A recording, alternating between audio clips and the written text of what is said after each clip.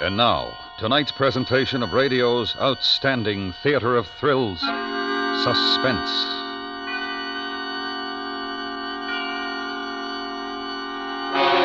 Tonight, the story of a man who sets out to prove that he cannot be murdered, only to find there was a slight error in his calculations. So now, starring John Daner, here is tonight's suspense play, The Last Letter of Dr. Bronson.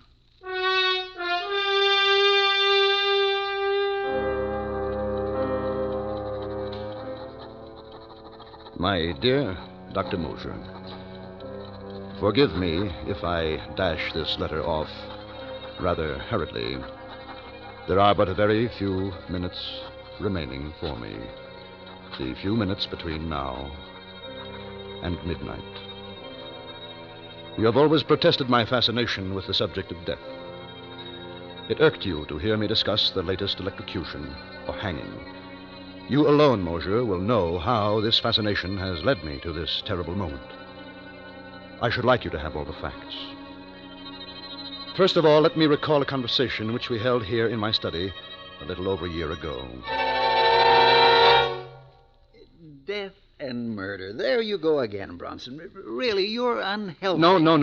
Now, wait, Mosher. I've been studying the question for some time, and I have concluded that there are 5 basic checks which serve to restrain man from murdering his fellow man. An interesting theory. No, it's more than a theory. I can and I intend to prove it. Oh, come on now, Bronson. I shall select 5 men, each of whom I shall supply with a motive to commit a murder. Greed, revenge, jealousy, whatever. I shall encourage each man to kill, and then restrain him from the act by means of the particular check which I'm testing. You forget, of course, that a murderer requires a partner in crime, the victim, the man to be killed. Well, I shall supply one. You will ask this victim to face 5 men, each standing to derive satisfaction or profit from murdering him? Correct. And his only chance of survival being the validity of your theory of checks? Yes. Do you seriously imagine you'll persuade any man to have such utter confidence in your reckonings? There is one such man. Who? Myself. Bronson, this is insane. Why? Why should I hesitate to risk high stakes on a sure thing? But your life... No, I tell you there's no danger involved whatsoever. When will you begin your experiment? Well, why don't we begin right now? Mosher, I invite you to kill me. What? There's a revolver right here in my desk, and You're joking, Bronson. I'm not. What possible motive would I have for murdering you? Motive? Why, we're associated rather closely in our work. You'll come naturally into my entire practice. I'll put that in writing for you. It's preposterous. Oh. Why won't you kill me, Mosher? Why? There are dozens of reasons. In the first place, I'd go to the electric chair for it. There you are. A perfect illustration of the first and most obvious check. Man refrains from killing because he himself will be killed by law. All right, Bronson. Maybe that proves your point, the first one at any rate. But what about next time? And the next? That, my dear doctor, remains to be seen.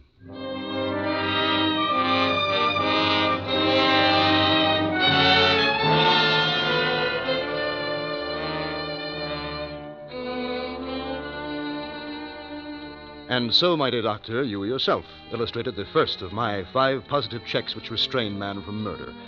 Fear of the law. Now, that was more than a year ago. The remaining checks have not been so simple. I had to locate my 4 subjects. I had to cultivate the friendship of each so that when the time should come to confront him with my proposition, I would be certain of how he would act. Now, the first of my 4 potential murderers was a clerk named Tutton. We frequently went to church together on Sunday evenings at St. Stephen's, right around the corner from my apartment. And one Sunday evening after the service, I asked him up to my apartment, and as we walked along, we talked. You know, Dr. Bronson, I was talking about you to my wife the other day before they took her to the hospital. Oh? I was saying what a great comfort it was to be with you these Sunday nights. Oh, now, come, Mr. Tutton, you embarrass me. Oh, no, I mean it. In the world today, too many people seem to feel that they no longer need their God. Yes. Their lives seem to be void of the great thing you have in your faith. The church is a great comfort to me. And I do need something to cling to in times like these. Isn't this your apartment that we're passing? Hmm? Oh, I want to go up the side way. We shall be unobserved. Unobserved? Yes.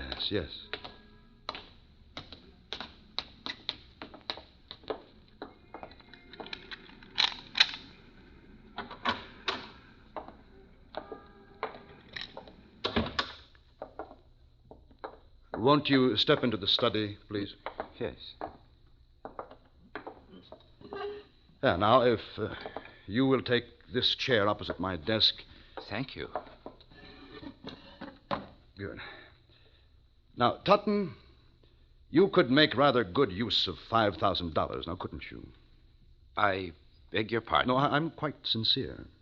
You know what even $100 would mean to me with my wife in the hospital. Exactly. And so, here in this desk, I have this little package containing $5,000. Now, it's yours, if you will do me one service. What could I do for you that would be worth all that money? Well, let me explain. My doctor called on me yesterday, and he told me... Well, to be quite frank with you, Tutton, he said that I was slowly going mad. No, that couldn't be. No, I'm quite all right at present, but it's only a matter of time, and I'd rather not have to face it. And so if you will take these rubber gloves... Well, I don't understand. Put them on, please. But why? Now, as soon as you have them on, I shall hand you this small bottle. It contains cyanide of potassium, one of the deadliest poisons known to man. Now, I hold it firmly, thus, and clearly impress my fingertips on it. Finally, here on the desk, I'm leaving this note explaining that I have committed suicide. Suicide? Now, when the bottle is in your hand, I want you to remove the stopper and empty the contents upon my outstretched tongue. Thus, you see. I will be dead within a few seconds. Then you may leave by the same way we came in. You will be quite unnoticed and with $5,000 in your pocket. What do you say? Well, you can't take the matter of life and death into your own hands. Precisely. That's why I'm asking you to do this for me. Well, I'm very sorry. I can't oblige you. Well, now, if it's the law you fear... No, it's not that. You seem to have arranged that perfectly. Then, what is it? If you don't understand why I can't do this monstrous thing, I suggest you look up the 6th commandment. Good night.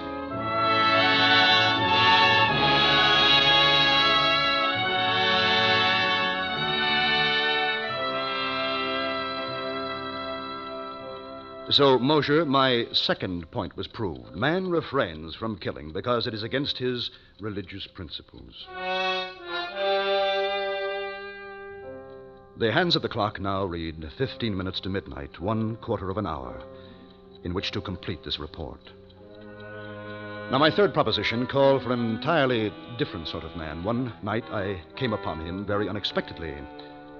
I was walking along one of the darker streets of the city. There was no one in view. He was slumped down beside an ash can. He had been shot in the chest and left arm, severing an artery. He was bleeding profusely. I tore off his shirt and made a tourniquet for his arm. Never mind me. Get away. Now, who did this to you? What difference does it make? You're going to a hospital. No. They'll call the cops. There. Now, come on. I'll help you to your feet. Up. Come now. No, I ain't going. I'm a doctor, man. You'll die if you're not treated quickly. I ain't going, I tell you. They'll call the cops. I don't want no cops. His name was Matt Doyle, a small-time hoodlum. I visited Doyle in the hospital almost every day. Several months later, I was ready to put him to the test. I found Doyle in one of his hangouts and brought him to my apartment, and for the third time, I carefully explained my proposition. So, that's the angle. Now, here are the gloves. Here is the suicide note, and here is a .45 caliber automatic. You're familiar with this type of weapon, I take it? familiar. Yeah. Is this on the level? Absolutely. And this water door is mine if I kill you. That's right. Nobody know I done it. No one. Yeah. These gloves, they're kind of small for me. That's all right. They'll do. Yeah. You want me to put on the other one? It's safer, yes. Yeah. I guess it is. Now, I want you to understand exactly what you're doing, Doyle. Without any justifiable cause, merely for the sake of money, you are going to murder me. Now, you understand that. Yeah. You've been hired to do this before. Well, yeah. But you've never killed a friend, have you? Yeah. Yeah, I have. Well, anyway, they was my pals until they got in the boss's way. But, well, when the boss would say, see to him, Matt, so then there was just another job to me. Whatever the boss said was always right, you see? But you, well, I don't know. No, I can't do it. But I thought you said that you... No, here, you take the gloves. Were you afraid of the law? No. What's the matter, then? It's... Well, the boss always told me what to do, you see? And then afterwards, he'd always come around and slap me on the back, and he'd say, good boy, Matt. But if I took care of you, well, you couldn't come around later to tell me that I'd done a good job. And you see, well, that's important to me. Yes, but look, No, Doyle, no, I'm sorry, Doc. Oh, but if there's somebody else that you want me to take care of... No, there's no one. Thank you just the same.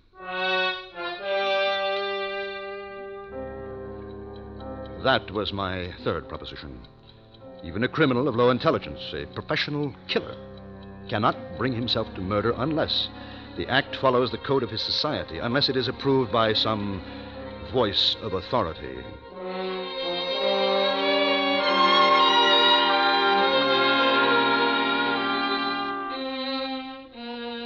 My next subject was altogether different in temperament.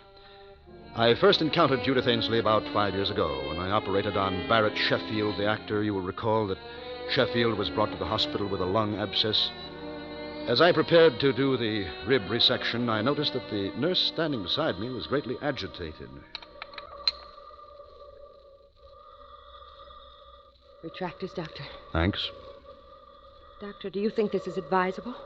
What? His dyspnea is more pronounced. Listen. Miss Ainsley, another hemostat, please. But he's getting blue. Doctor, do you think you really should? He's cyanotic. Miss Ainsley. I'm sorry, Doctor, but if...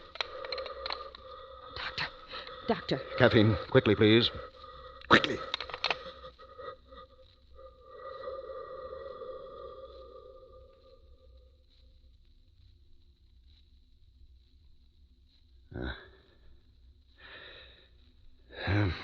Well, that's that. You killed him. You killed him. You should never have gone ahead. You know that. I warned you. What is the matter with you, Ainsley? Have you never seen a pulmonary before? Yes, I have. Well? We were going to be married next week.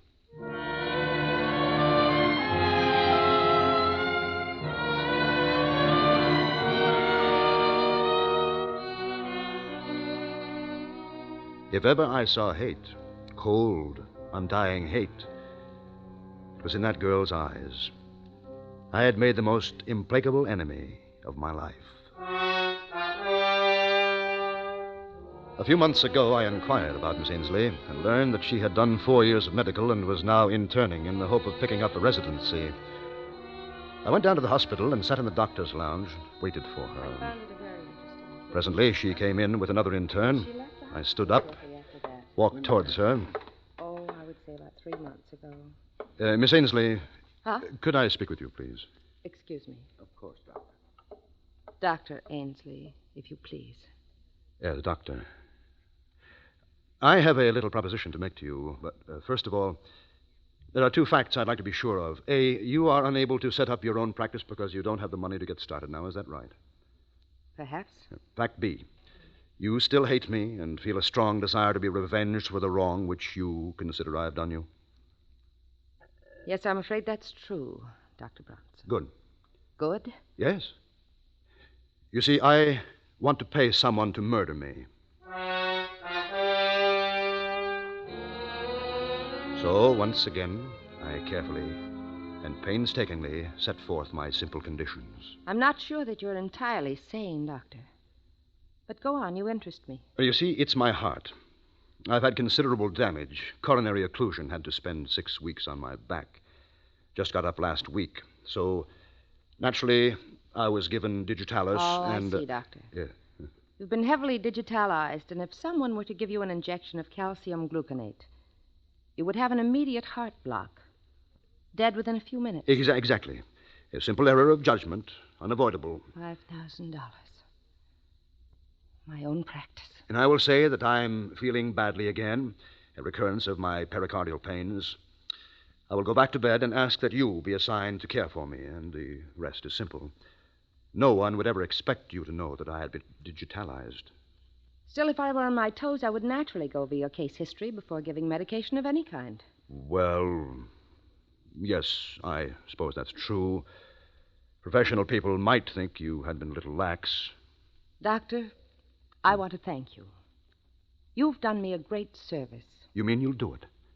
You've reminded me that nothing, no money, no revenge, nothing, can be worth the slightest shadow of suspicion in a doctor's career. They'll never say that I lost a patient because of an error in judgment. You see, I once knew a doctor who did.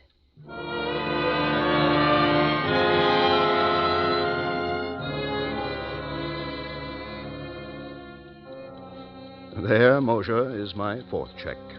Man, or in this case, woman, refrains from killing because of the fear of loss of reputation.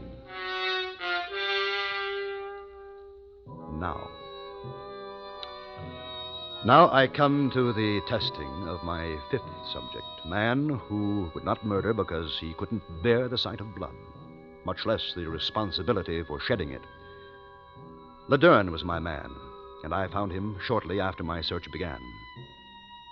On that day, I saw him turn a ghastly white as a fast-moving car ran over a small dog which had run into the street. Laderne clutched at his throat and fell in a dead faint. Now, I, of course, made it my business to become acquainted with him. I hadn't seen him for more than 4 months until tonight. As he took his place at my desk, I noticed he's changed. He's thinner. His dark eyes seem blacker than ever. And so now, for the fifth and last time, I explain the necessary details. Uh-huh. So it will look like suicide. Yeah, that's right. Now, here is the knife and the suicide note. You've arranged everything? Everything. No one knows I'm here? No one. You want me to kill you now? Yes. Why do you want to die? My doctor says that I am going insane. That's strange. About going mad? About him saying you're going mad. Oh, yes. It was a shock. I don't mean that. What do you mean? That's the same thing they told me. They what? They told me over a year ago that I was going mad. The sight of blood no longer troubles you? No. Then there is no check. What check? I mean, is it? No, nothing. Well, might as well get this over with. Nice gloves you've got here. Nice and smooth on my hand. Then you're going through with it? I've got my gun right here, too. Beauty, isn't it? Yes. Then if you'll give me back the knife. No, I'll keep that. I've used this gun a lot the past 3 months. Killed about 50 dogs. You've done what? It's very interesting. I do it after midnight. It's fun watching the dogs. You have to know just where to hit them. Kills them instantly. Yes, but the noise... I have a silencer. I don't like to wake people up when I kill their dogs. Now, look here, Laderne. This has gone far enough. I was only joking. No, you weren't. Now, listen to me. I was only joking. Shall I do it now? No, wait. You want it through the heart, don't you? Not yet. Can't you wait? Just a little while. What for? There's no use your trying anything. I'd kill you quick. Yes, I suppose you would. Look, I have been conducting a little experiment. I would like to write an account of it before I go. What sort of an experiment? I don't think you'd understand. Okay. I'll wait till midnight. Then I gotta go. There's a German police dog, a big ugly brute. But I'll wait. Thanks. The clock says 10 minutes past 11. Yeah. You got 50 minutes. I'll wait by the window.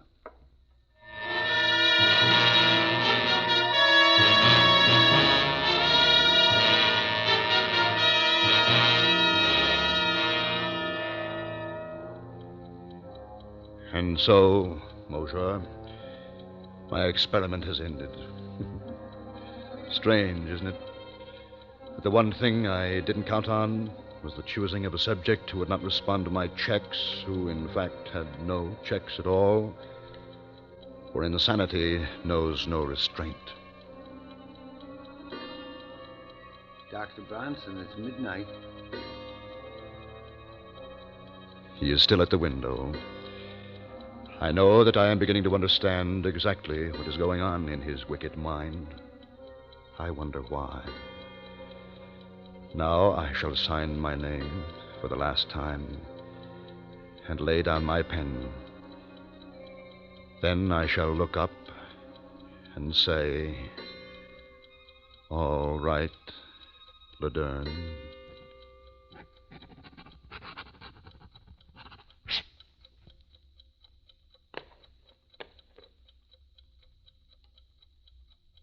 All right, Laderne.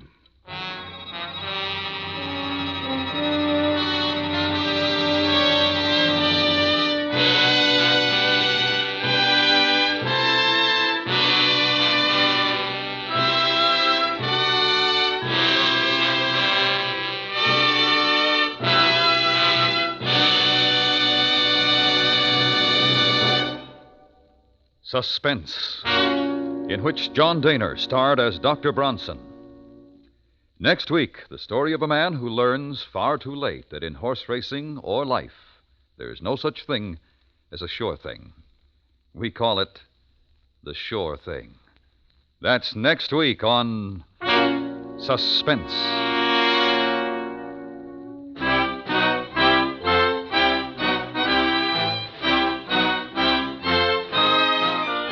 Suspense is produced and directed by Norman MacDonald, with music composed by Lucian Morowick and conducted by Lud Gluskin.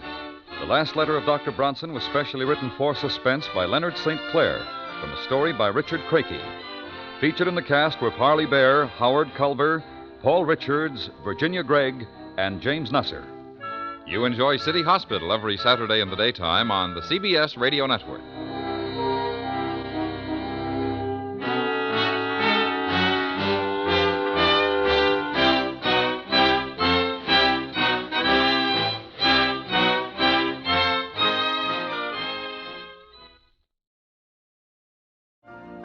You've been listening to the OTR Gold Network. Find more classic radio at otrgold.com.